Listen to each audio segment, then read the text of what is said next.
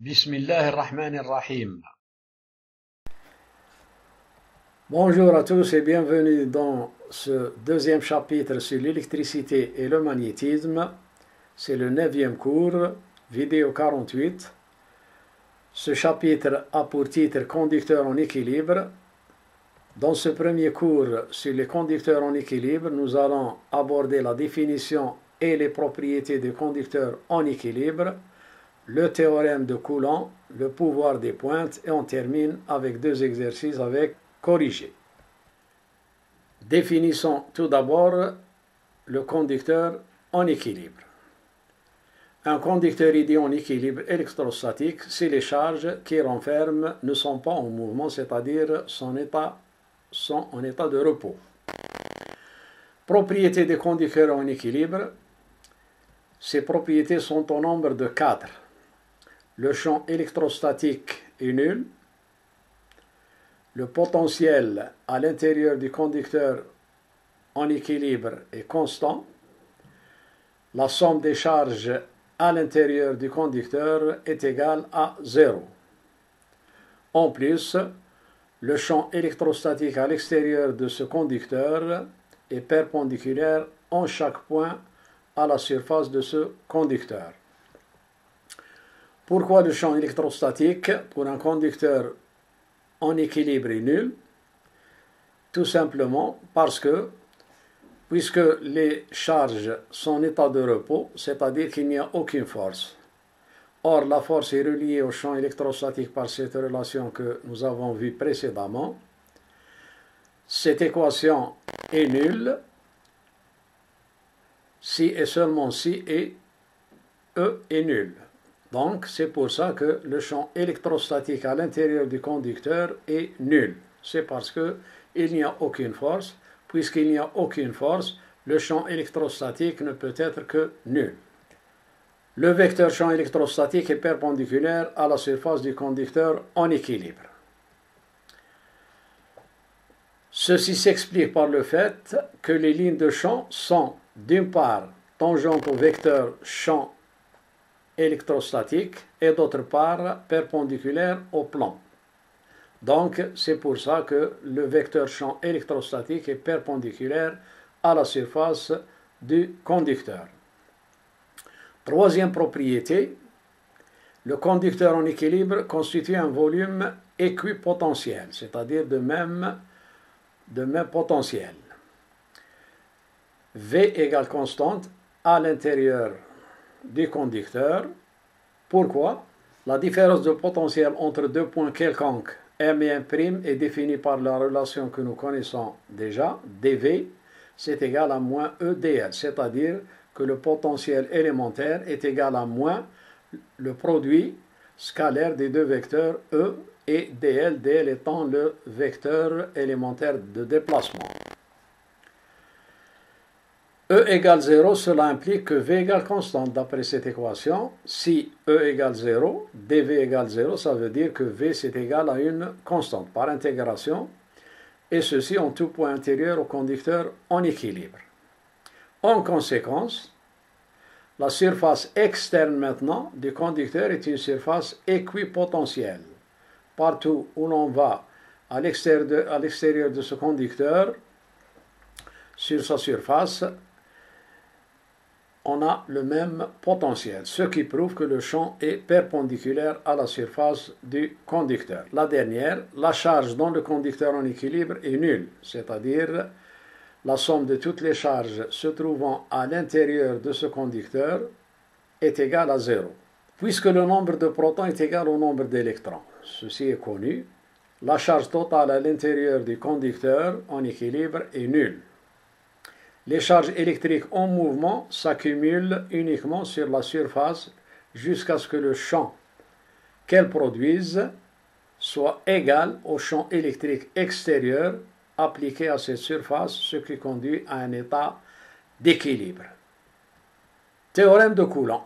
Énoncé, au voisinage d'un conducteur en équilibre, le champ est perpendiculaire à la surface du conducteur et son intensité vaut E égale sigma sur epsilon 0, à savoir que sigma est la densité surfacique du conducteur, qui s'exprime en coulomb par mètre carré. Et epsilon 0, on sait que c'est la permittivité du vide. Donc, le théorème de Courant complète les caractéristiques du conducteur en équilibre. À l'intérieur du conducteur en équilibre, on a vu qu'il est caractérisé par 4 propriétés. Maintenant, c'est au voisinage d'un conducteur en équilibre. C'est-à-dire, on va voir sur ce schéma la variation du champ électrique à la traversée de la surface du conducteur. Donc, on a d'abord à l'intérieur du conducteur, E est égal à 0. À l'extérieur et au voisinage du conducteur, d'après le théorème de Coulomb, E c'est égal à sigma sur epsilon 0. Maintenant, il nous reste à définir le champ électrique à la traversée de la surface du conducteur, c'est-à-dire entre ce point et ce point. Donc, sur la couche superficielle du conducteur, on a cette courbe-là, et en ce point exactement au milieu, on a le champ électrique moyen qui est égal à sigma sur 2 epsilon 0, c'est-à-dire la moyenne entre cette valeur et cette valeur. Revenons maintenant aux propriétés du conducteur en équilibre. Faisons un résumé. Donc on a déjà vu ce schéma-là qui résume les principales propriétés à l'intérieur du conducteur en équilibre. Maintenant, à l'extérieur du conducteur, on a E égale sigma sur epsilon 0 d'après le théorème de Coulomb. À la surface et au voisinage du conducteur, c'est-à-dire dans cette région-là, entre l'intérieur et l'extérieur, il y a une couche superficielle. Sur cette couche, E c'est égal à sigma sur 2 epsilon 0.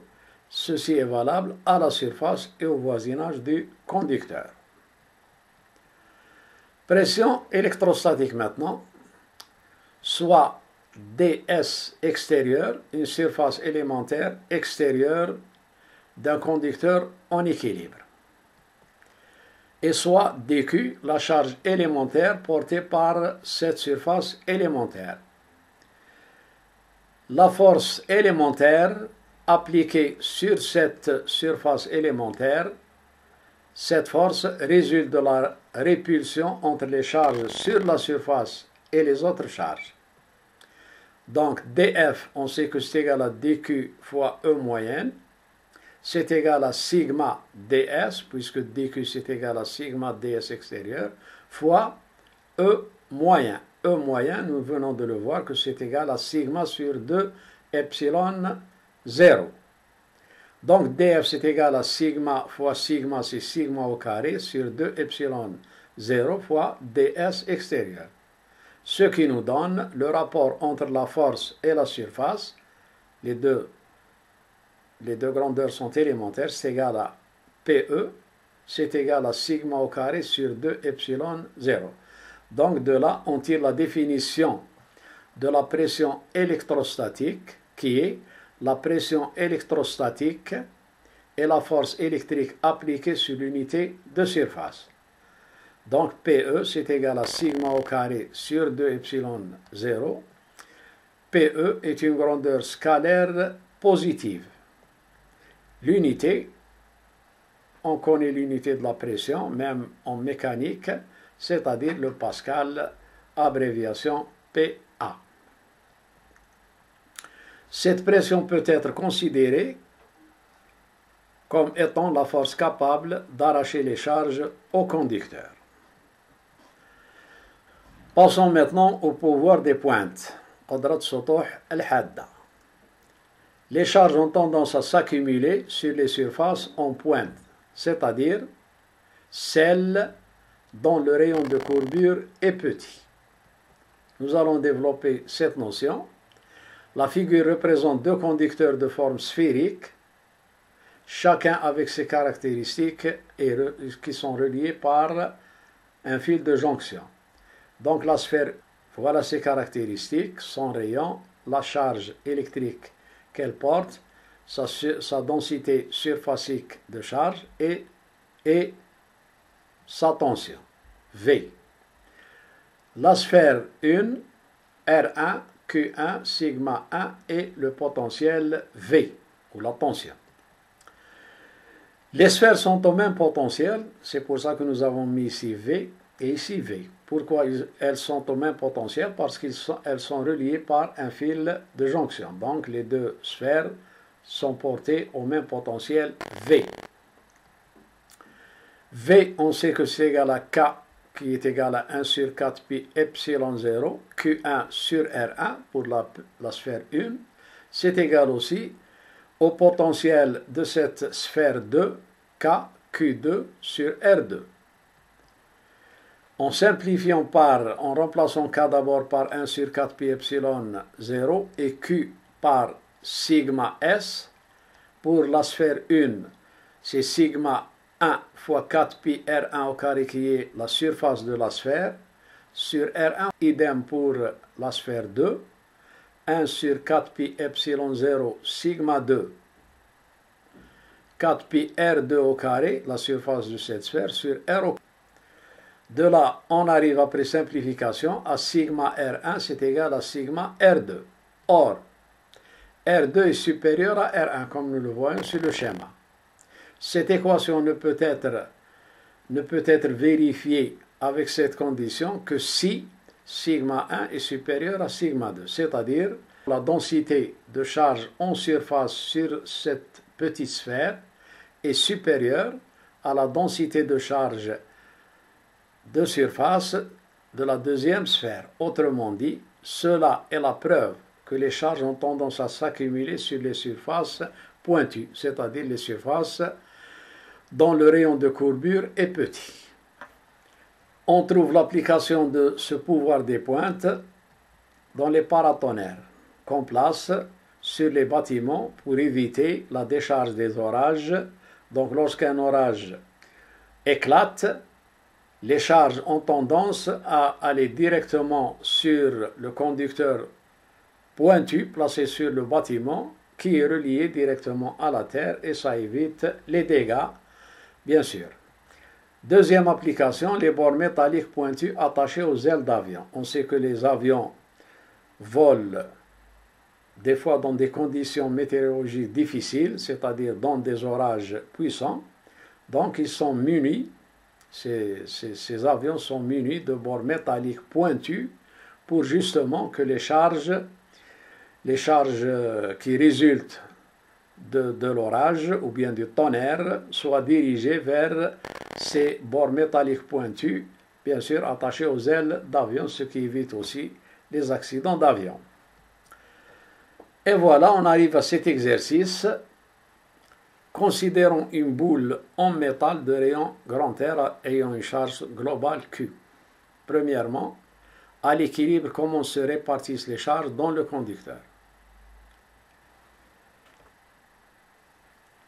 Deuxièmement, on déduit l'expression de la densité surfacique de charge sigma en coulomb par mètre au carré. Troisième question, que vaut le champ électrostatique dans le conducteur? Quatrièmement, en appliquant le théorème de Coulomb, vérifiez qu'à la surface des conducteurs. Quatrièmement, en appliquant le théorème de Coulomb, vérifiez qu'à la surface du conducteur, E c'est égal à 1 sur 4 pi epsilon 0, Q sur R au carré. Cinquième et dernière question, en utilisant le théorème de Gauss, montrez que l'intensité du champ électrostatique créé à la distance petit r du centre du conducteur et E c'est égal à 1 sur 4 pi epsilon 0 Q sur R au carré.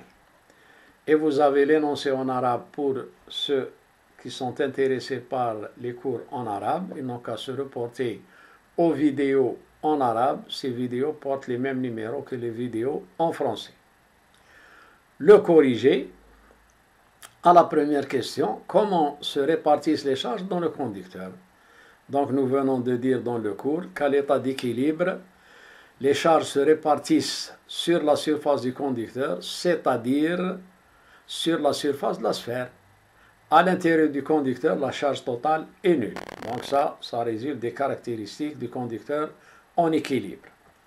Pour l'expression de la densité surfacique de la charge, c'est-à-dire la deuxième question, on a sigma, c'est égal à Q sur S, c'est-à-dire La densité de charge en surface est égale à la charge sur la surface. Or, la surface d'une sphère, c'est égal à 4pi r au carré, ce qui nous emmène directement à sigma égale Q sur 4pi r au carré. Bien sûr, l'unité, c'est le coulomb par mètre au carré. Donc, ça, c'est la réponse à la deuxième question. Troisième question, que vaut le champ électrostatique dans le conducteur? On sait que, bien sûr, le champ ici est égal à 0. Dans un conducteur en équilibre, le champ électrostatique est nul. C'est l'une des propriétés essentielles du conducteur en équilibre. Quatrième question, en appliquant le théorème de Coulomb, vérifiez qu'à la surface du conducteur, le champ électrique est égal à 1 sur 4 pi epsilon 0 Q sur R au carré. Alors, comment faire? D'après le théorème de Coulomb, on a E égale sigma sur epsilon 0. E, c'est égal à 1 sur 4 pi epsilon 0 Q sur R au carré. D'où vient cela? Puisqu'on a déjà trouvé sigma, on n'a qu'à remplacer sigma par l'expression que nous avons trouvée à la question 2, et voilà ce qu'on trouve. Donc on vient de vérifier que E, c'est effectivement est égal à 1 sur 4 pi epsilon 0 Q sur R au carré à la surface du conducteur. Cinquième question, en utilisant le théorème maintenant de Gauss, ne l'oubliez pas, montrez que l'intensité du champ électrostatique créé à la distance petit r est supérieure ou égale à grand R, du centre du conducteur et E égale 1 sur 4 pi epsilon 0 Q sur R au carré. Pour appliquer le théorème de Gauss, considérons une surface sphérique fermée de rayon petit r. Donc ça sera la surface de Gauss.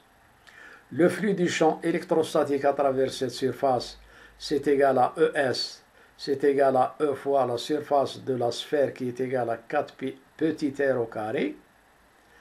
Donc, l'intensité du champ électrostatique produit à la distance petit r, avec petit r supérieur ou à la limite égale à grand R du centre du conducteur est E fois S, c'est-à-dire E fois 4 pi r au carré, c'est égal, d'après le théorème de Gauss, à la charge électrique à l'intérieur de cette surface sur epsilon 0. Ce qui nous donne E, c'est égal à 1 sur 4 pi epsilon 0 Q sur R au carré, bien sûr en volts par mètre. N'oubliez jamais les unités.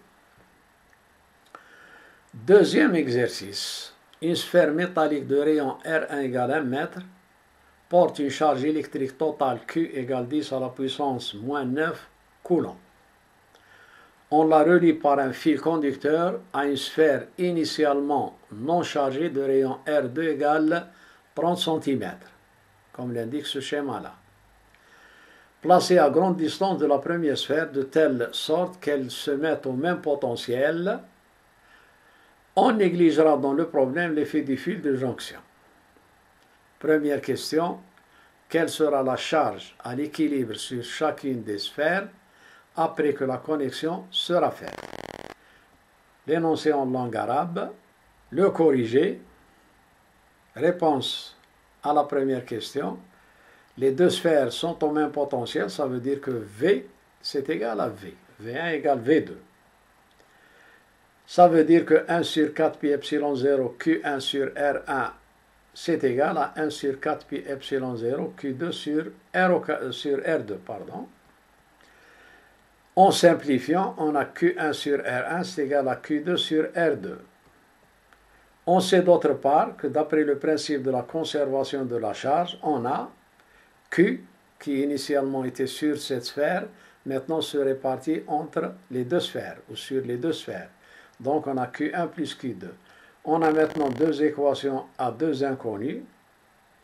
On peut en déduire la charge de chaque sphère. Donc il suffit de résoudre ce système de deux équations à deux inconnus. Et voilà ce qu'on obtient. On obtient Q2, c'est-à-dire que Q1 c'est égal à Q2 R1 sur R2. De là, on tire que Q2, après les applications numériques, Q2 c'est égal à 3 sur 13 10 à la puissance moins 9 coulombs. Et Q1, c'est égal à 10 sur 13 10 à la puissance moins 9 coulombs. Et vous n'avez qu'à faire les applications numériques en remplaçant R1 et R2 par leurs valeurs respectives et Q par 10 puissance moins 9 coulombs.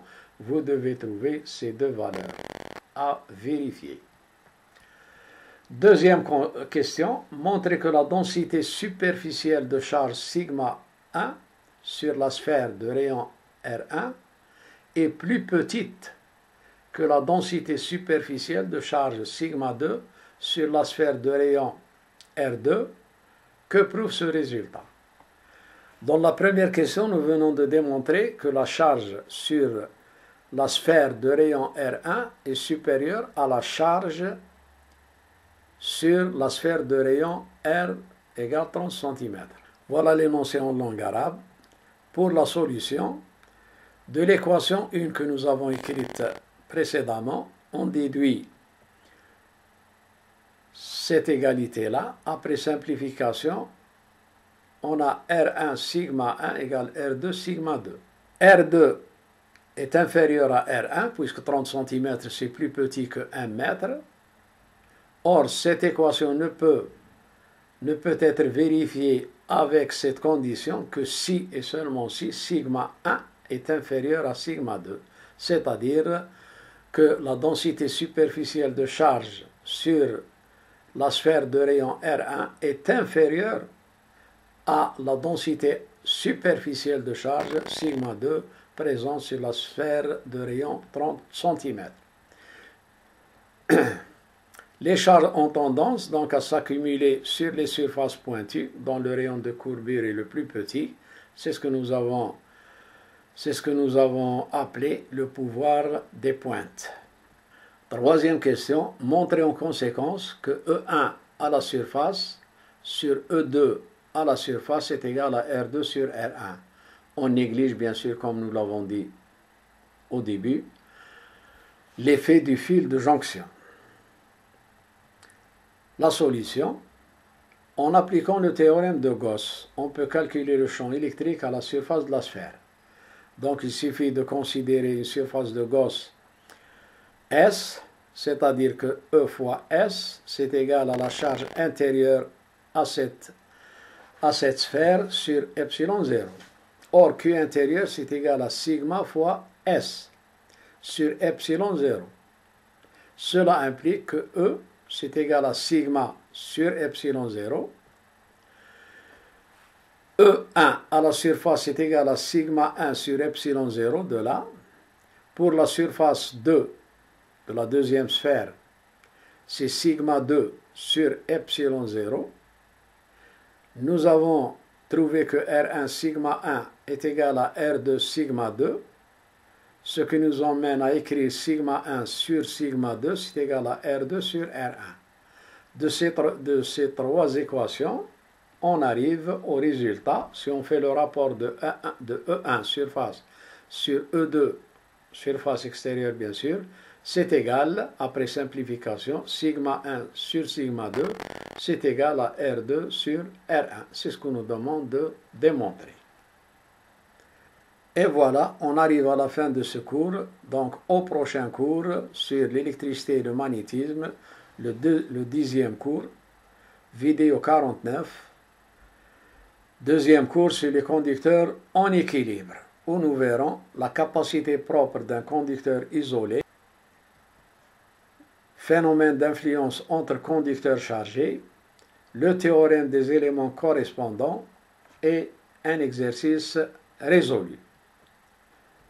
D'ici là, je vous souhaite bon courage et n'oubliez pas de vous abonner à cette chaîne si ces cours vous semblent intéressants.